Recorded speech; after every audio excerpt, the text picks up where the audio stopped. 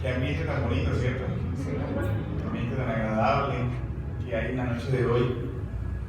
Y es un ambiente que desde ya invitamos a que mantengamos con nuestros pensamientos en torno a Jesús. Después de esa plegaria tan bonita que nos regalaron al inicio, que nos invita a reencontrarnos con Él nuevamente, de aquel que tantas veces buscamos huir con nuestras actitudes y que tanto nos busca y espera por todos nosotros. Sin lugar a duda, trajo rápidamente a nuestro pensamiento muchos recuerdos cuando dijeron aquí hijo de cera, porque tuve la oportunidad y la fortuna de ver nacer este centro espírita, primero en la sala de nuestro apartamento de mis padres, y de hoy, más de 25 años, vamos para 26 años, de verlo aquí y de estar esta noche aquí hoy. Por eso nos llena de mucha alegría encontrarnos en la noche de hoy aquí. Y deseamos paz, bien para todos en esta noche, para sus familias y para todos los que encarnados y desencarnados desde ya y de tempranas horas de la tarde acudimos a esta casa que busca ser una casa de Jesús. En la noche de hoy la temática que nos corresponde es una temática que sin lugar a duda nos toca a todos los presentes de ambos planos de la vida, y es la búsqueda de sí mismos. Es ese viaje interior, como decían, para reencontrarnos o encontrarnos, que es un viaje que debemos hacer y que muchas veces huimos o frecuentemente huimos y que sin embargo estamos llamados a realizar. En la actualidad, hoy, octubre de 2022, podemos decir que la humanidad ha roto todas sus expectativas.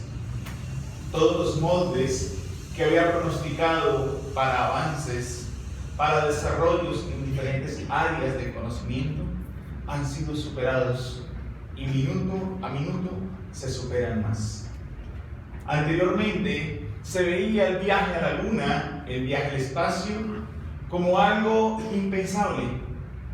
Después de que algunos hombres exclamaran que este solamente es un paso para el hombre, pero es un gran paso para la humanidad, las fronteras entonces de la mente humana en relación al espacio se abrieron de manera ilimitada.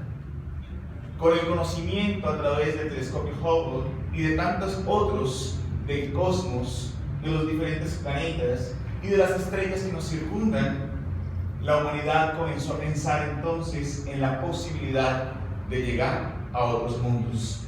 Y por qué no, con esto, de la vida en estos otros mundos.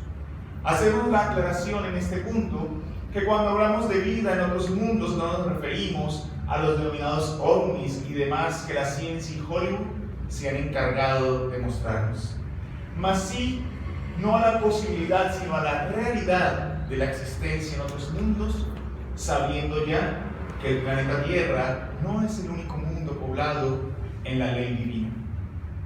Ahora, el comercio, por ejemplo, en las semanas anteriores a esta, lanzó un nuevo reloj de una marca muy reconocida en el mundo que da la hora del planeta Tierra y la hora de Marte, demostrando ya el gusto de las personas por ampliar los horizontes del conocimiento. Como si fuera poco, no nos quedamos yéndonos a la distancia, sino también buscamos adentrarnos en nosotros mismos, mas no principalmente de la forma en que debemos, sino a través única y exclusivamente, por ahora, de la ciencia, a través de cirugías cada vez más complejas que se realizan y que buscan permitir que el ser humano, que las personas que aquí vivimos, podamos tener una expectativa de vida mayor. Según el Ágora de Atenas y de Corinto, en la antigua Grecia, aún con todo el conocimiento filosófico, la expectativa de vida era de 25 a 35 años. Eso equivale a decir que muchos de los que aquí nos encontramos hoy reunidos ya habríamos desencarnado. No porque el auditorio sea mayor, no quiso decir eso, Todos aquí estaríamos jóvenes reunidos, ¿cierto? Estamos Jóvenes. Sin embargo, a pesar de que hoy la longevidad es mucho mayor y de que la posibilidad de la nanotecnología puede en un futuro muy cercano permitir cirugías que antes eran impensables, trasplantes y alargar todavía más los horizontes de la vida física, debemos ser claros en que todos estos horizontes aún no han podido ampliarse en lo profundo de nuestro ser. Pues todos los adelantos que van en dirección al espacio y las estrellas, a las cirugías complejas, a las profundidades de los océanos, no han logrado siquiera rasgar las profundidades del ser, del espíritu, que es el verdadero ser. Esto nos hace que como sociedad, que como individuos, que como espíritus inmortales, todavía nos mantengamos en la esclavitud. Ya no en la esclavitud que diferentes leyes en diferentes países han abolido, mas sí en una esclavitud de carácter principalmente moral, siendo esclavos de tres grandes señores, denomina la psicología y la psiquiatría actual. El primero de ellos, el individualismo. El segundo, el erotismo, la sensualidad. Y el tercero de ellos, el consumismo. Si nos tomamos unos breves momentos para analizar cada uno de estos tres amos que hoy tenemos como seres humanos, miraríamos entonces al primero de ellos, el individualismo. Consideramos que la sociedad, a pesar de ser una masa heterogénea de diferentes seres, vive pensando solamente en el beneficio propio. Basta con mirar a la calle, basta con manejar, basta con mirar a los vecinos muchas veces, y basta con mirar tristemente a un espejo para darnos cuenta que prima el beneficio personal, individual, sobre el beneficio colectivo. Esto como herencia propia del egoísmo y del orgullo. Ya el Evangelio según el Espiritismo nos dice que el egoísmo y el orgullo es ese cáncer moral de la humanidad, que es de difícil erradicación y que es allí donde nacen los diferentes defectos y pasiones que carcomen aún a toda la criatura humana. Por eso, Kardec, consciente de esto y con el método que le caracterizaba crítico y analítico, interrogó en la cuestión 917 del Libro de los Espíritus a los guías de la humanidad acerca de cuál es el medio para erradicar el egoísmo. Y una respuesta que debemos decir es maravillosa, que invitamos a la audiencia a que observe, analice y que estudie, del espíritu de Fenelón. Dice Fenelón que esto se debe, el egoísmo, a que todavía hay una predominancia muy fuerte de la materialidad sobre la vida moral en el ser humano. Y esto, que fuera publicado en 1857, el 18 de abril, sigue tan vigente, tristemente, hasta hoy, octubre de 2022. Todavía la predominancia de la materia sobre la vida moral, sobre la vida espiritual, es demasiado alta. Vivimos pendientes de los beneficios temporales, porque realmente son efímeros los beneficios de la materia, pero que a nuestro entender, mediante el inmediatismo, mediante el deseo de tener sobre el ser, que analizaremos posteriormente, son los beneficios a los cuales nos encadenamos y adquirimos deudas profundas con tal de conseguirlos. El poder temporal, para poder gozar así del ego que éste proporciona, el egoísmo en el seno del hogar, como también en el campo laboral o en la vida social, es el pan diario de cada día. Por eso Fenelón establece en esta respuesta que solamente el egoísmo se dará lugar en la vida, en el mundo, en el planeta Tierra, en el momento en que la vida moral tenga mayor importancia que la vida material. Es decir, en el momento en que comprendamos que la vida física será compuesta de 10, 15, 50, 80, 100 años físicos, no es más que un relámpago que pasa brillante, pero rápidamente se esfuma, dejando nuevamente el cielo en oscuridad.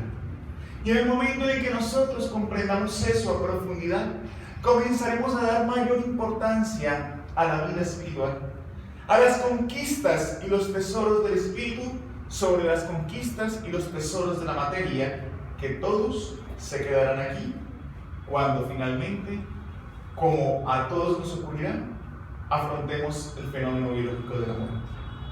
Hace solamente algunas semanas veíamos cómo se llevaba a cabo el denominado código que se tenía presupuestado para la muerte de la reina Isabel. Cuando los secretarios más cercanos llamaron al primer ministro a decirle que el puente ha caído. ¿Cómo se denominaba este código?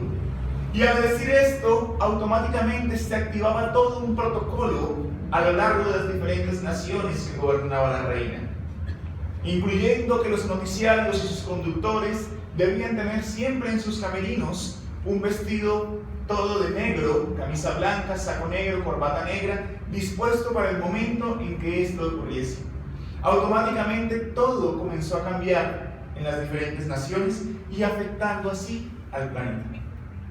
Muchas personas se volcaron a través de los denominados memes y bromas, recordando entonces a la querida Diana de Gales, que ahora aquellos que no creen en la inmortalidad del alma decían que habría de encontrar en el mundo espiritual a aquella que no la quiso. No comprendiendo la verdadera inmortalidad del ser, no comprendiendo uno de los postulados de la doctrina espírita, más que no pertenece exclusivamente a la doctrina espírita, que es la reencarnación. Porque desde los antiguos egipcios ya ellos consideraban la reencarnación, como también lo demostrará el mismo Jesús en sus enseñanzas. Y lo curioso de esto es que el fenómeno de la reencarnación nos viene a mostrar una historia que contaremos en otra oportunidad, pero que hoy nos permite esbozar que el poder temporal que ostentaba la reina de Inglaterra y que tanto quiso la humanidad que Lady Diana de Gales, esta princesa tan querida, tuviese en el trono, solamente obedecía a los impositivos reencarnatorios, cuando en una encarnación anterior como María Estuardo, a cargo del poder de Escocia, adquiriera compromisos y débitos que hoy no le permitieran tener lo deseado en el poder de Inglaterra. Comprendemos entonces que el individualismo, este primer amo, basándose en el orgullo y el egoísmo, todavía carcome al ser humano. Miremos entonces al segundo amo, que aún nos gobierna, que es ¿cuál? El erotismo, el sensualismo. Es triste ver que hacia cualquier parte que vemos, la sociedad, podríamos decir, se ha sexualizado. Todo lo que miremos en redes sociales, Instagram, TikTok, vallas publicitarias, temas de marketing, de una u otra manera están ligados al erotismo. Un automóvil se vende mejor si tiene una mujer con poca ropa junto a él. Una prenda de vestir se vende mejor si entonces incita al consumidor a pensamientos que afecten de una u otra manera su libido. Y el erotismo toma cuenta del planeta. Hoy incluso este se ha convertido en herramienta de trabajo a la distancia para muchas personas. Y millones de personas adquieren débitos profundos tras pantallas, ya sea de computadores, de celulares, bajo el argumento de que como no se encuentran físicamente, no se está errando. Desconociendo el poder de la mente sobre la materia, desconociendo el poder que la mente a una distancia edifica un infierno completo para el espíritu, basándose en las ideas sexuales que no se necesitan tener frente a frente para llevarse a cabo. Pues solamente son la base para que en un futuro, si la oportunidad se genere, el implicado ceda a los impositivos de la carne. Muchos dicen, no, yo lo hago a distancia, jamás yo caería en esto frente a frente. Y esto lo dicen porque no ha ocurrido la oportunidad. Mas cuando esto ocurra, dado que su mente está viciada hacia esto, cederán fácilmente. Y esto hace que hoy, incluso las generaciones venideras, sean víctimas de esto. Vemos como muchos padres enseñan a sus pequeños hijos o hijas a bailar desde temprana edad eróticamente. Y vemos por redes sociales, en fiestas familiares, como las madres a veces, los padres, los tíos, aplauden a esas pequeñas niñas bailando estos bailes sensuales, obscenos. Como las visten, enmarcándose en la sociedad desde temprana edad en el erotismo. Vemos ahora muchas corrientes de pensamiento buscando normalizar, entre comillas, conductas totalmente alejadas de las enseñanzas del Rabí Galileo, buscando mediante inclusión forzada que aquellas conductas que el tiempo habrá de demostrar que no eran las que Jesús buscaba para las ovejas de su rebaño, estarán destinadas a desaparecer, para dar paso entonces no al amor eros que hoy comanda la tierra, sino al amor real, al amor entre hermanos y entre espíritus. Y el tercero de estos amos, el consumismo. Cuando vemos el consumismo, podemos mirar a la sociedad y podemos muchas veces mirarnos a nosotros mismos. Yo tengo una gran amiga que me dice: Johnny, cuando yo me siento triste y deprimida, no hay nada que me quite más la tristeza que ir de compras. Yo voy de compras al centro comercial, inmediatamente se me pasa toda la tristeza. Llego feliz a la casa, desempaco y eso me causa una felicidad. No hay mayor felicidad que la de quitarle los adhesivos a las cosas nuevas. Ver ese olor, hacer el denominado ahora unboxing, abrir todo. Eso es simplemente resultado de este amo que es el consumismo. Lo que no comprendemos es que desde el punto de vista fisiológico, cuando nosotros nos dejamos llevar por el consumismo y vamos a las tiendas, vamos a todos los supermercados, a los centros comerciales, buscando comprar para llenar vacíos existenciales, porque es muy diferente comprar como un mecanismo normal del mundo en el que vivimos, en el cual necesitamos vestirnos, necesitamos alimentarnos, necesitamos muchas cosas normales de nuestra vida. Pero cuando acudimos a estos lugares buscando con las compras llenar los vacíos existenciales, lo que ocurre fisiológicamente hablando es que nuestro cuerpo comienza a segregar serotonina, esta hormona asociada al placer. Y al generar esto en nuestro organismo, sentimos el placer de comprar. Y nuestro cuerpo, nuestro cerebro dice: al comprar, siento placer. Y como somos una sociedad que busca el placer, ya sea en el sexo desvariado, ya sea en el poder, en el orgullo, en el egoísmo o en el consumismo, en la alimentación, en los vicios, entonces encontramos placer en el consumismo. Y ese placer dice: voy a comprar nuevamente para nuevamente liberar serotonina. Y esto lo que ocurre es que a nivel químico desarrolla un gatillo muy sencillo y se llama el gatillo de la recompensa. Se genera un circuito de recompensa que libera a su vez dopamina, conocida como la hormona de la felicidad. Entonces decimos: al yo comprar, me siento feliz. Las compras, el consumismo me produce felicidad, por eso ¿qué debo hacer? Seguir comprando, seguir consumiendo con tal de ser feliz. No comprendiendo que no somos felices con el consumismo, simplemente satisfacemos el placer banal que se esfuma rápidamente, dejándonos con ansias de mucho más. Por eso, la madrecita querida Juana de Ángeles, en el libro Vida Feliz, en una bella página dice: no pongas tus aspiraciones en las cosas materiales, los viajes temporales y las cosas que al pasar dejan un sinsabor en el espíritu. Ponlas en las aspiraciones eternas. Cuando nosotros vemos estos tres amos que nos gobiernan, de los cuales somos profundamente y lamentablemente esclavos, comprendemos entonces que los avances de la ciencia y de la tecnología no han logrado satisfacer las carencias emocionales del ser.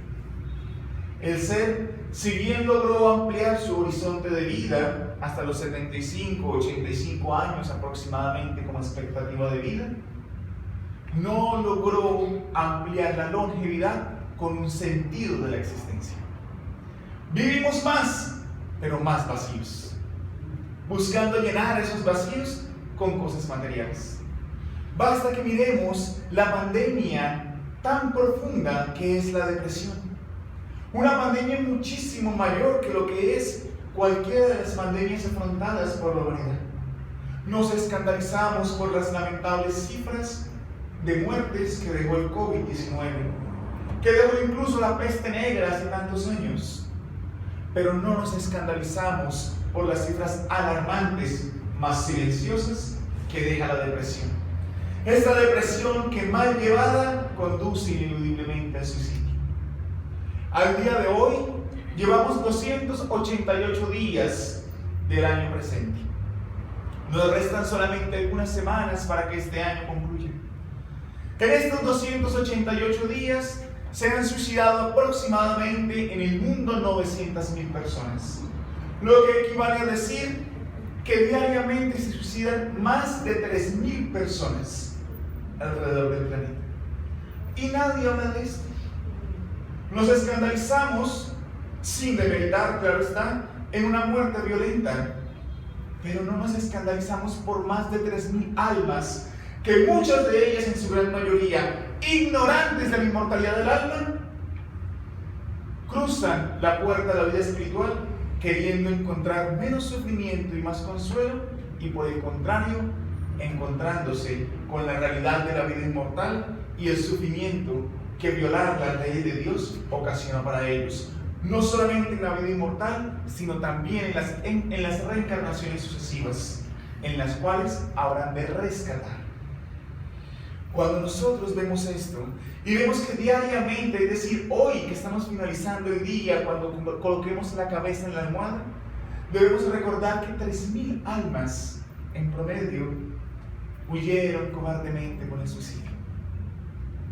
Y la importancia entonces de divulgar la inmortalidad del alma que tenemos todos aquellos que hoy somos conscientes o simpatizantes de las ideas del conocimiento espírita y lo que esto repercute y la responsabilidad que a su vez nos provee.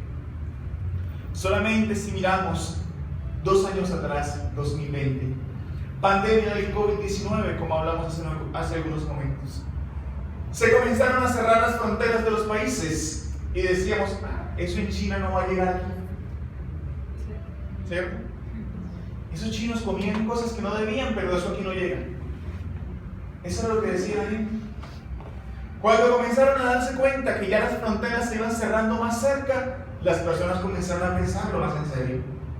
Cuando ya no fueron las fronteras de los países los que se cerraron, sino lo que se cerró fueron las puertas de las casas, comprendimos entonces que el 2020 para muchos era una película de terror.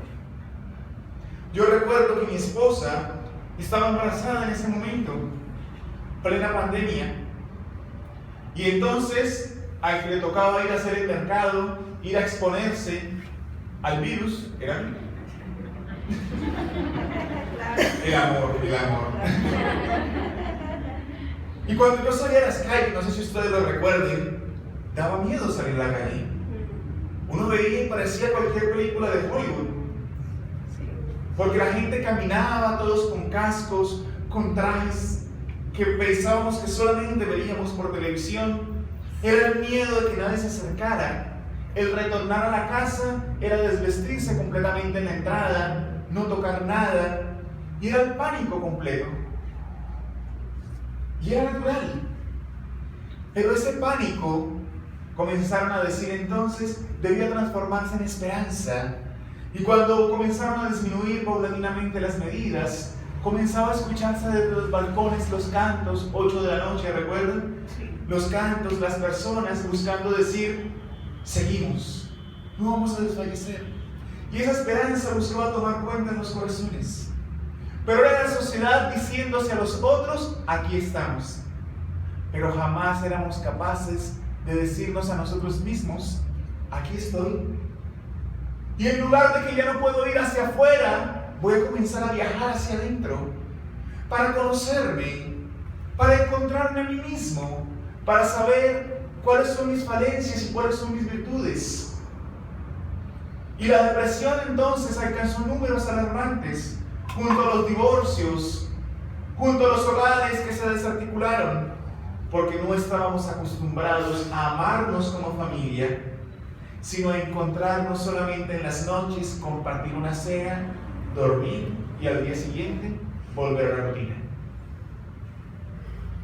No éramos capaces de viajar al interior. El silencio nos causaba terror. Buscábamos mantener ruido en todo momento, música, cosas que nos permitieran, bajo ninguna circunstancia, mirar hacia adentro. Cuando finalmente las medidas disminuyeron y pudimos reencontrarnos nuevamente en plazas, en playas, en las calles, nuevamente el ser humano rápidamente tomó mapas, pidió fronteras de países abiertas y la gente se volcó a viajar, a buscar en el exterior lo que en los momentos de confinamiento no fue capaz de buscar en su interior. Yo recuerdo que cuando comenzó la pandemia y comenzó la virtualidad del centro espírita, comenzaron las primeras charlas y veíamos que las salas de Zoom de 100 personas no daban abasto. Tocó transmitir por YouTube y eran masas de personas conectadas viendo las conferencias. Comenzó a pasar el tiempo y las personas comenzaron a dejar de querer buscar para adentro. Empezó a decaer la audiencia y ya todo el mundo se ocupaba de ver programas. Novelas muy queridas en la televisión colombiana se mantuvieron en el ranking número 1 en Netflix durante semanas, meses. Porque preferíamos mirar para afuera que conectarnos con nuestro interior y con Jesús. Por eso cuando tuvimos la oportunidad salimos corriendo a otras ciudades, a otros destinos, a otros países. Tomamos el mapa, tomamos las provisiones necesarias y viajamos para afuera. Hoy es momento de que por breves instantes tomemos el mapa nuevamente, pero viajemos hacia adentro. Cuando nosotros vamos a viajar a algún lugar, nosotros tomamos un mapa, un GPS, ¿cierto?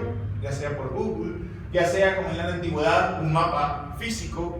Buscamos el idioma de ese lugar donde vamos a ir, si es fuera, si es en el exterior, la moneda, o si es aquí adentro del país o por fuera también, cuáles son los lugares de interés, cuáles son los planes a realizar, cuántos días vamos a estar, cómo nos desplazaremos, el clima, la ropa.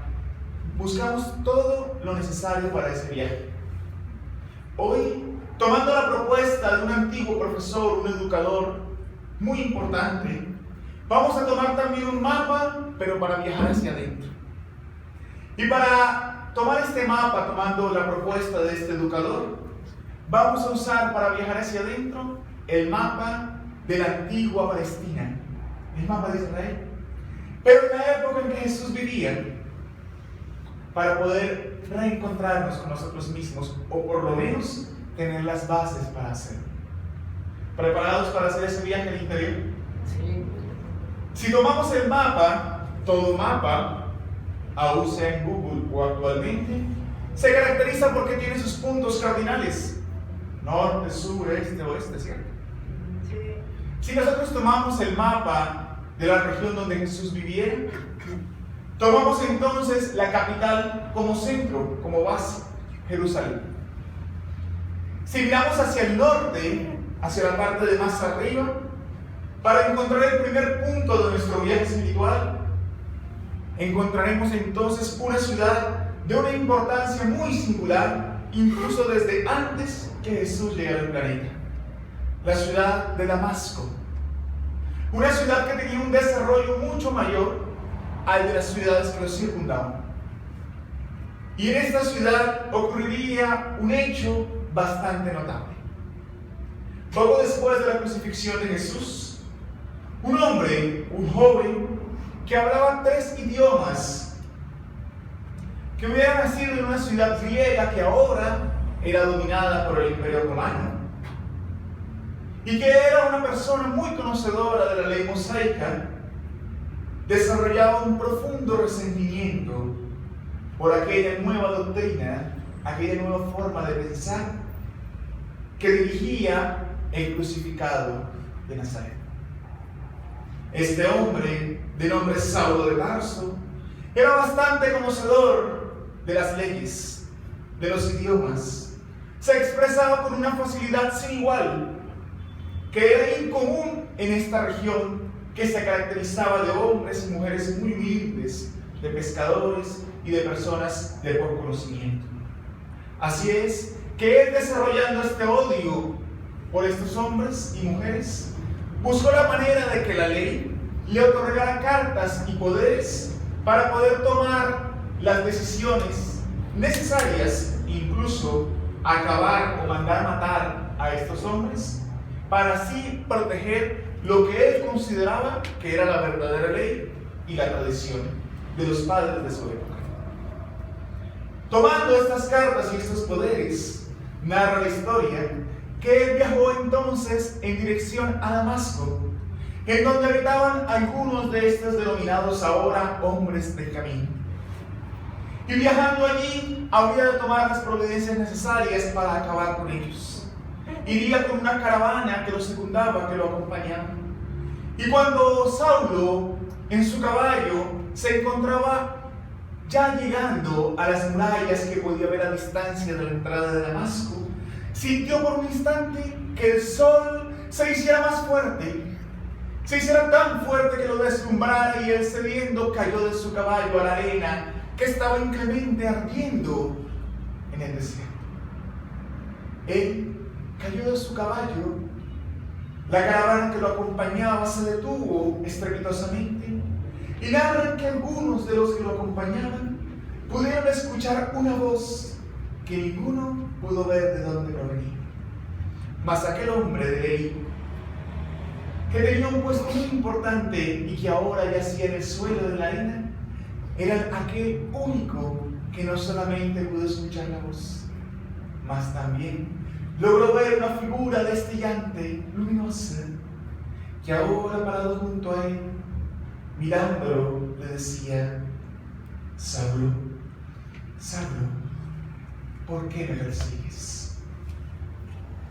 Y él, en un estado de sopor, de éxtasis que no lograba explicarse, con la vista un poco nublada, mirando esta figura singular, le dijo: ¿quién eres tú, mi Señor? Yo soy Jesús, aquel a quien tú persigues, Saulo.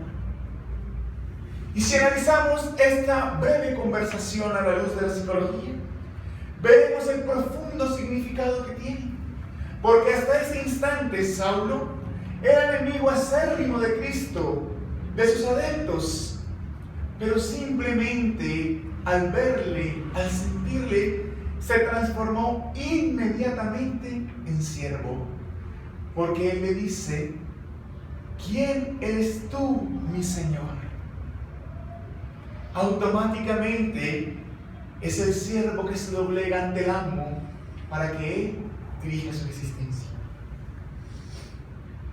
Jesús, mirándolo entonces, declara que aquel que le perseguía era solamente la juventud ignorante, pero que ahora, llegando a Damasco, encontraría lo que habría de hacer con su vida, y que allí finalmente dejaría la ceguera espiritual para entregarse a la causa del amor inmortal. En aquel momento, Saulo queda ciego físicamente.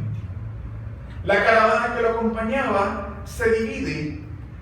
Más de la mitad de ellos sale despavorida, porque lamentablemente en aquel momento, como en el hoy, vale más acercarse a los poderosos que a los que están caídos. Y por eso la caravana sale corriendo a avisar a los doctores de la ley, mientras solamente unos puñados de hombres se quedan con él. Vivimos más en función del poder temporal, del individualismo desde aquella época, que del cooperativismo realmente. Es decir, decimos que abrazamos la ley, aunque sea mosaica, o hoy la doctrina espírita, la religión católica, la religión tal o cual, pero realmente no lo hacemos. Esta semana yo me encontraba de viaje capacitando a algunos empresarios en algunos municipios del departamento, en mi trabajo. Y tuve la oportunidad de estar sentado almorzando con compañeros de trabajo entre algunas de las capacitaciones. Y decía una de ellas, hablando de lo que el mundo ha cambiado, decía, es que a mí me parece inaudito. Yo asumo, decía ella, que todos los que estamos en esta mesa somos católicos. Y yo quedé como... Yo asumo que todos somos católicos. Y no me dejó responder. Simplemente continuó hablando. Dijo, porque yo no puedo creer cómo hoy hay cantidad de personas laicos. Yo recuerdo que yo en el colegio mismo empezaba todos los días mi jornada con una oración. Y hoy veo que las personas ni siquiera oran, que no van a la iglesia. Y entonces otra compañera comenzó a responder, para mí no es un tema de religión, es un tema de espiritualidad. Y entonces otra comenzó a responder y se formó un debate muy sano entre amigos.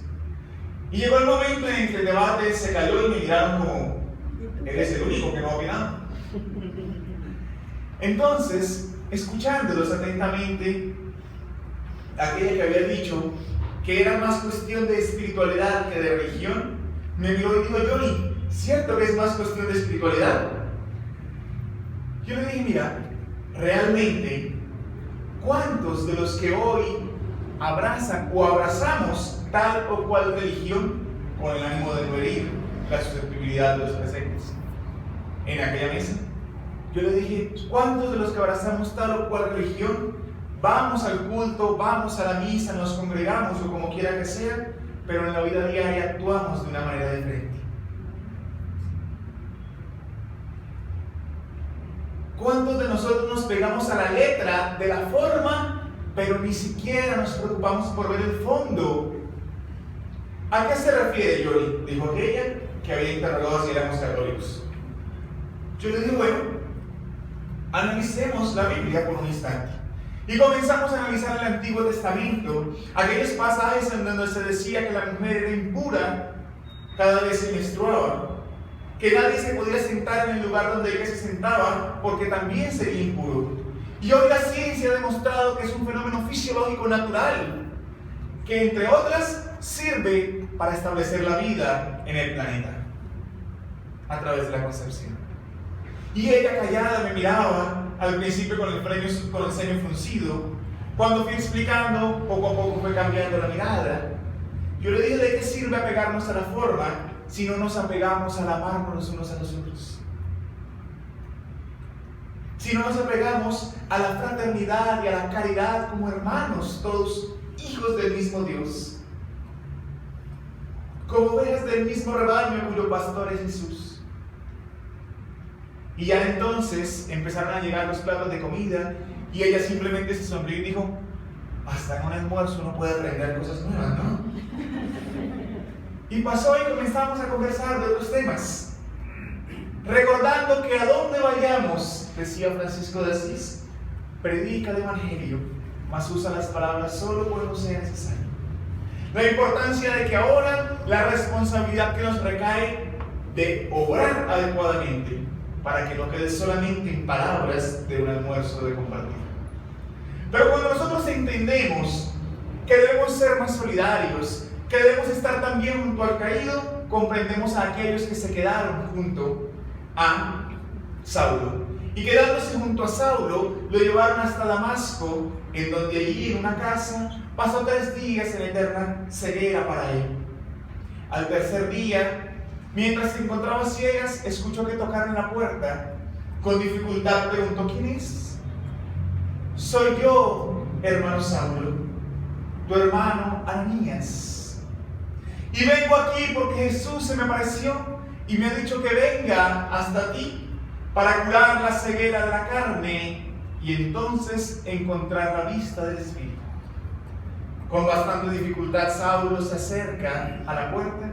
Y al abrir la puerta, la figura venerable de este anciano Ananías que debería haber muerto a manos del ahora ciego, toca con sus manos las costras de los ojos y éstas caen. Y él entonces comienza a hablarle de la realidad del amor del crucificado, de la realidad de Jesús, de la inmortalidad de su enseñanza. Y en aquel momento muere Saulo de Tarso para nacer el apóstol Pablo. Y que gracias a él, hoy, aquí, podríamos aseverar que somos cristianos.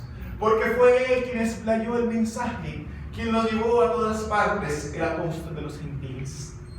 Damasco, entonces, es el norte de nuestro mapa y hace referencia a la convicción, a la fe, a la entrega, que a partir de ese momento Saulo, ahora Pablo, tuvo para cambiar su vida por completo.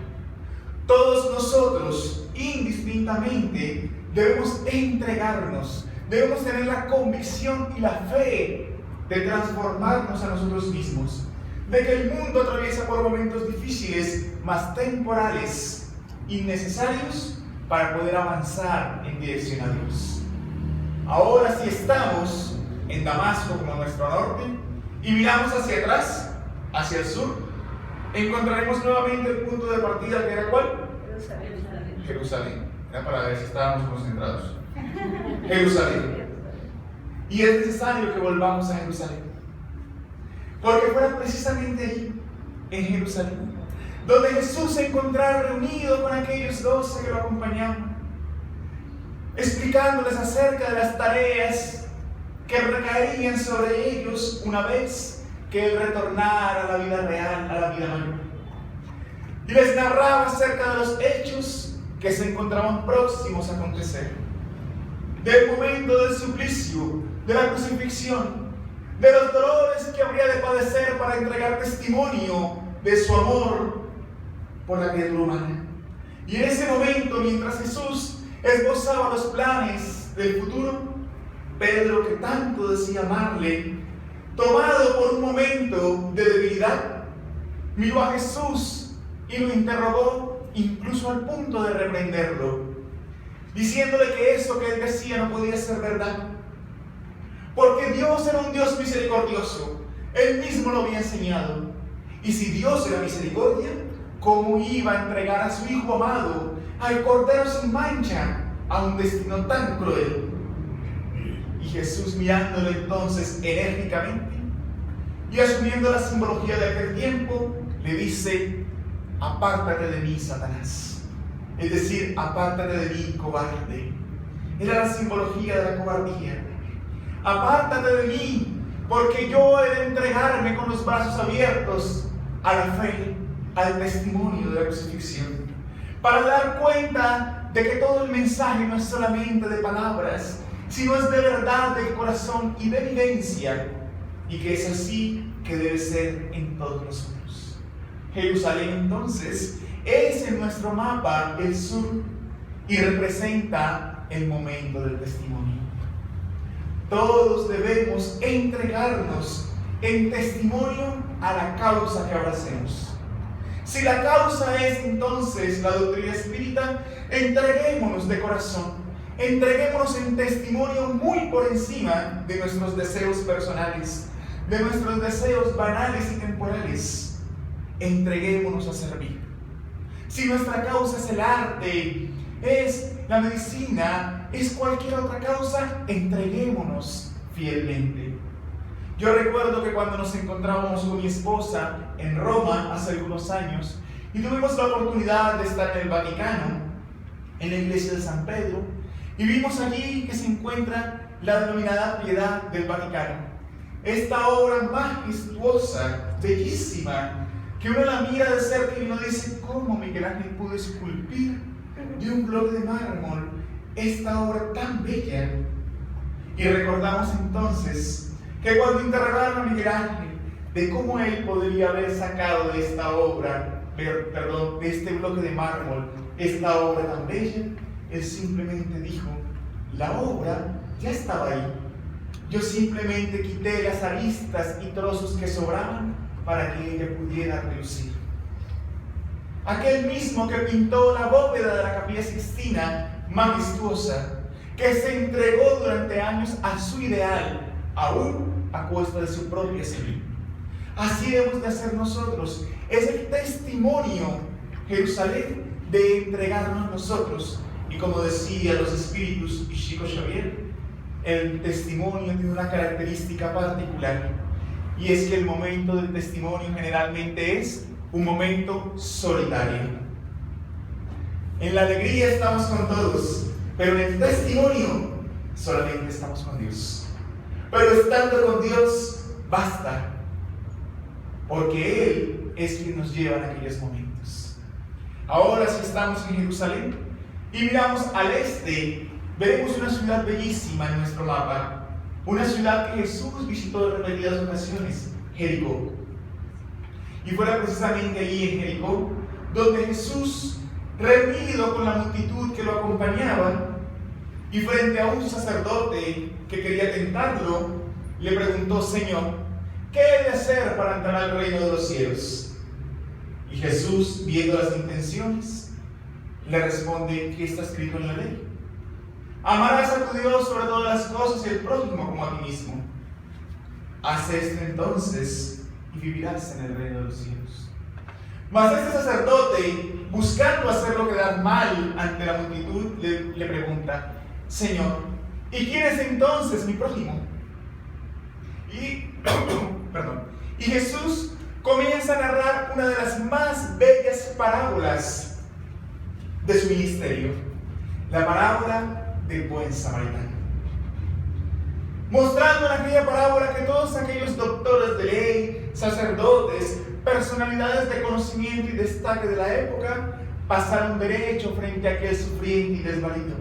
Y solamente el samaritano, que históricamente era el rechazado por todos, fue el que se acercó a ayudar al desfavorecido. Por ende, Jericó representa en nuestro mapa el tercer punto, el este, que es la solidaridad. La solidaridad es el tercer punto de nuestro mapa. El primero, Damasco, que es la fe, la entrega, la convicción. El sur, Jerusalén, que es el testimonio. El este, Jericó, que es la solidaridad. Ahora, si entendemos la solidaridad como la doctrina espírita nos muestra y como la entendía Jesús, no es la solidaridad que se limita a lo material, sino es la caridad real. Solamente sirviendo y siendo solidarios es que lograremos transformarnos a nosotros mismos. Solamente amando es que podremos modificar la humanidad. Pero no podemos amar si no nos amamos. Porque decía Jesús: ¿cómo amaréis a nuestro Dios si no le conoceréis? Si no amáis primero a vosotros mismos y a quienes os rodean. Debemos amar, y ese amar en acción es caridad. La Madre Teresa de Calcuta solía decir que cierto día, caminando por una de las calles polvorientas y necesitadas que ella transitó, percibió que en unas latas, en unos cartones allí arrumados, había una mujer tirada, y ella, acompañándose de una enfermera que le servía de intérprete, se acercó y comenzó a retirar las latas, la basura, los desperdicios que allí estaban, y debajo de todo esto había una mujer que estaba siendo carcomida por las hormigas, en un estado totalmente deplorable de necesidad. La Madre Teresa comenzó con delicadeza a quitar las hormigas, a tratar de aliviarla, aunque sea momentáneamente. Y esta mujer allí tirada, mirando a la Madre Teresa, le decía: realmente no me duele estar aquí. No sufro por estar aquí entre las hormigas y la basura. Mi sufrimiento es porque quien me arrojó aquí fue mi propio hijo, queriendo quedarse con lo poco que yo poseía, y me tiró a la calle, a este basurero inmundo. Mas no sufro por mi situación actual. Mi sufrimiento es del corazón por mi hijo que aquí me abandonó. Y la Madre Teresa entonces, con ayuda de su intérprete, le dice: querida, es verdad que has perdido un hijo, pero si así me lo permites, déjame decirte que has ganado a una hija que ahora se encargará de cuidarte. Y aliviándole, empezó a sobarle la cabellera. Y esta mujer, conmovida, con lágrimas en los ojos, la mira y le dice: señora, ¿cuál es su religión? Dígame cuál es su religión y yo prometo que también comenzaré a seguirla. Ay, mi querida hija, mi religión eres tú. Tú eres mi religión. ¿Y tu Dios entonces cuál es, madre? Mi Dios es tu sufrimiento y tu dolor. Y aquí estoy honrando a mi Dios mientras trabajo en mi religión, que es la solidaridad. Ven y reposa en mis piernas. Y sentándose, la puso en su regazo y comenzó a cantarle una tonada tranquila, mientras ella, al cabo de algunos momentos, falleció en sus brazos. Es esa la verdadera caridad que Jesús nos pide que hagamos. La caridad que se entrega con la renuncia, que se entrega con la convicción de Damasco, que está allí para el momento del testimonio, como en Jerusalén. Esa caridad que representa Jericó.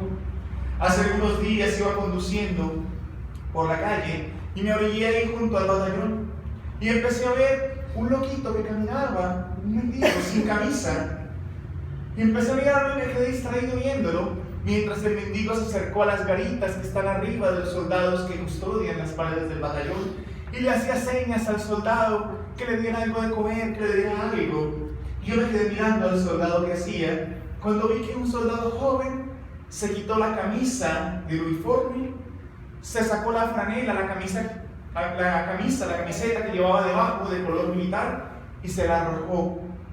Y eso, el mendigo la recogió, se la puso y le hacía, porque hasta ese momento estaba descalzo y sin camisa, mientras el soldado volvía a abrocharse su uniforme. Son esas muestras que nos dicen que el mundo está transformándose. Esta semana, en la tarea de atención a espíritus necesitados, se recibió a través de un medio el espíritu de un hombre que había vivido en las calles, que era un loquito, como se dice coloquialmente, de esos que pelean aparentemente solos, y se comunicó en el mismo estado. Y mientras el adoctrinador conversaba con él, un espíritu parado junto a mi lado me explicaba acerca de este espíritu que se incorporó. Y me decía que lo que para muchos era locura era un estado de perturbación profundo que tenía, en donde percibía los obsesores que lo hacían hablar aparentemente solo, y que ahora, por intermedio de la debilidad, habían desligado a aquellos hermanos que no lo querían bien para que él pudiera recibir la ayuda. Pero lo que más interesante era, y de mayor análisis, es que mientras el dialogador conversaba con el espíritu a mi lado me decía: este hombre llevaba 20 años en las calles sin que nadie le dirigiera la palabra. Murió y después de 20 años es la primera vez que conversa con alguien. Y momentos después podíamos ver como él mismo espíritu lo decía. Decía: gracias por hablarme, gracias por escucharme, nadie lo hacía. Y eso nos conmovió profundamente, porque cuántas veces vemos en la calle sin saber cuánto sufrimiento hay, pero esperamos hasta no tener el dinero para construir una gran entidad, olvidándonos de los hijos del Calvario. Y ahora, para ir acercándonos rápidamente al final, miraremos al punto contrario, al oeste, y encontraremos en línea recta una ciudad de nombre Emaús, una ciudad también muy bella, y narra la historia que dos hombres muy jóvenes caminaban de Jerusalén en dirección a Emaús, y mientras caminaban iban muy tristes, conversando, cuando se encontraron en el camino a un hombre extraño que les preguntó acerca de qué conversan ustedes. Se ven bastante tristes. Y ellos mirándose entre ellos dijeron: imposible. Una persona que en este momento no sabe lo que ocurrió recientemente en Jerusalén, que no sabe del crucificado, que no sabe del sufrimiento y lo lamentable que este es. Y comenzaron entonces a contarle acerca del crucificado. Este extraño que comenzó a caminar con ellos en dirección a Emaús, al contrario de lamentarse, comenzó a hablarles de la inmortalidad del amor, de las enseñanzas de ese, de aquel que ellos le hablaban. Y comenzó a hablarles, y estos dos jóvenes embelesados lo oían, hasta que al caer de la tarde llegaron finalmente a Emaús. Y cuando este extraño se disponía a seguir su camino a otra ciudad, los dos jóvenes, muy emocionados y conmovidos por las historias que él les compartía, le dijeron: por favor, no continúes. La noche es traicionera y peligrosa en estos caminos.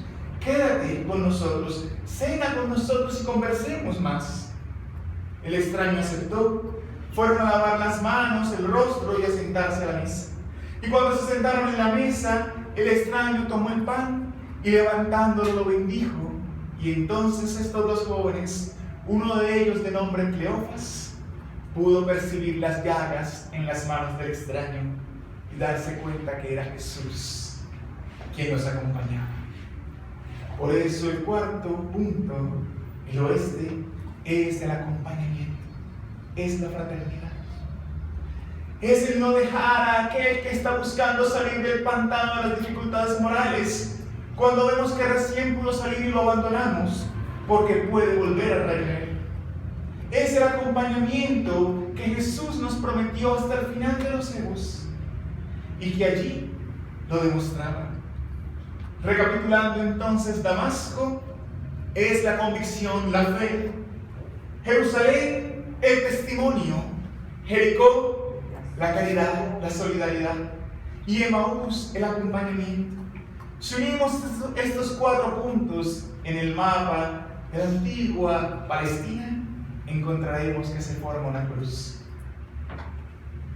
Es la cruz, pero ya no de Jesús crucificado y sangrando, no. Es la cruz de nuestras imperfecciones que todos llevamos a cuestas y que estamos llamados a cambiar.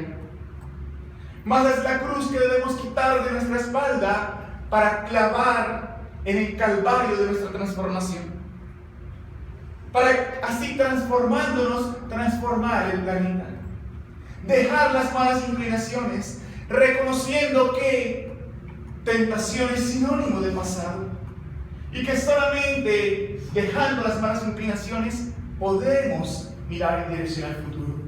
Por eso Kardec hizo 4 preguntas, o 3, una dividida en 2, que merece la pena resaltar para finalizar. La cuestión 621, en donde interroga a los espíritus dónde está inscrita la ley de Dios, y ellos responden: en la conciencia. 4 preguntas más adelante, el codificador, comprendiendo que nosotros aún nos apegamos a las leyes temporales y no entendemos las leyes permanentes y divinas, necesitamos entonces de un modelo que nos guíe en dirección a estas leyes. Y por eso, tan solo 4 preguntas después, preguntó: ¿cuál es el modelo y guía que Dios ha entregado a la humanidad más perfecto? Ve a Jesús, respondieron.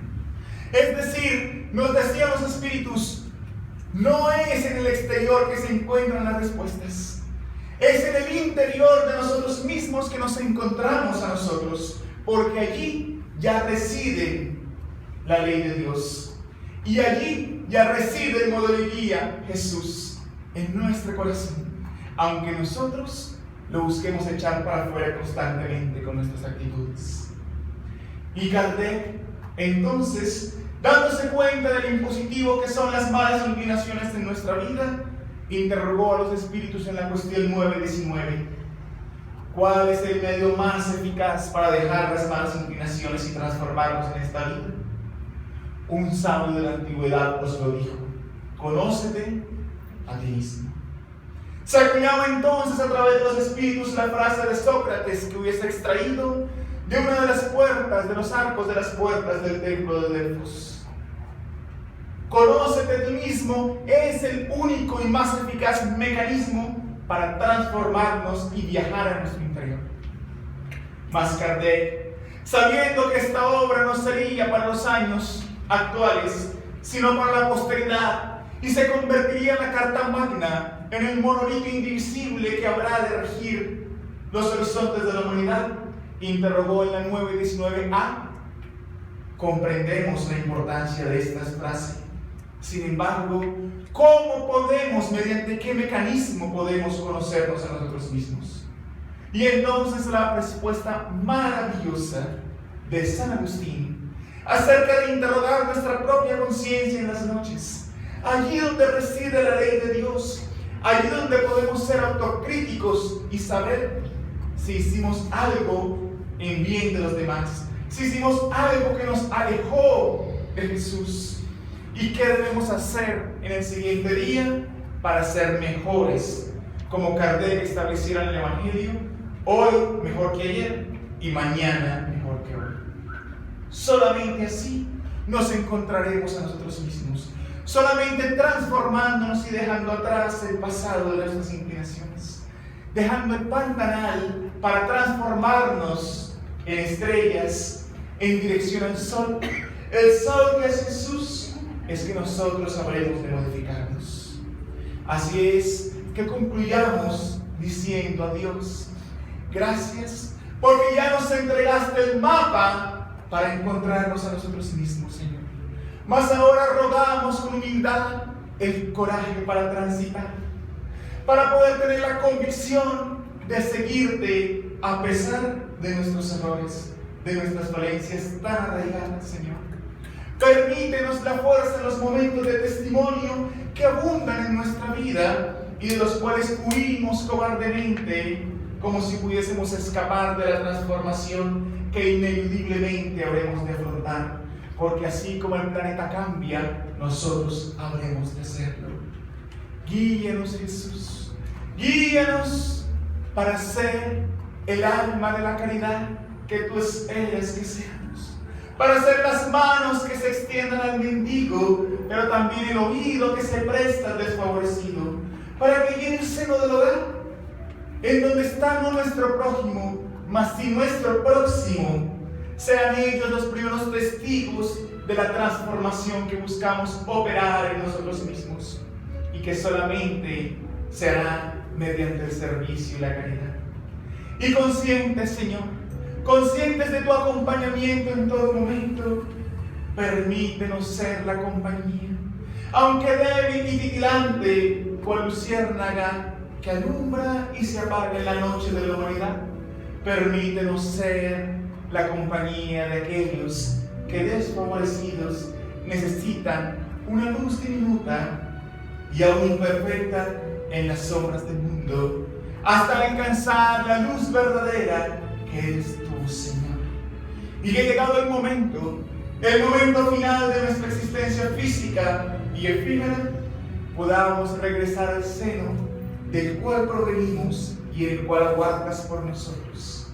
Y recordando a aquellos hombres del camino perseguidos por Saulo, mas en uno de los cuales se transformó Pablo, podamos entonces con la conciencia en paz decir, al igual que los cristianos primitivos: Ave Cristo. Nosotros que aspiramos a servirte, Señor, estamos aquí en la doctrina que nos regalaste para, transformándonos, ayudar a la transformación del planeta, y que aquellos que han de venir y que desde ya nos acompañan siembren la primavera de bendiciones, el campo de lavanda que con su fragancia habrá de cubrir el planeta, y que desde ya se avecina como un nuevo sol que se abre para la humanidad. Que tu paz, Señor, nos guíe siempre. Agradezcamos a Dios, a los buenos espíritus por su compañía, y en este ambiente de oración dispongámonos para la terapia de paces.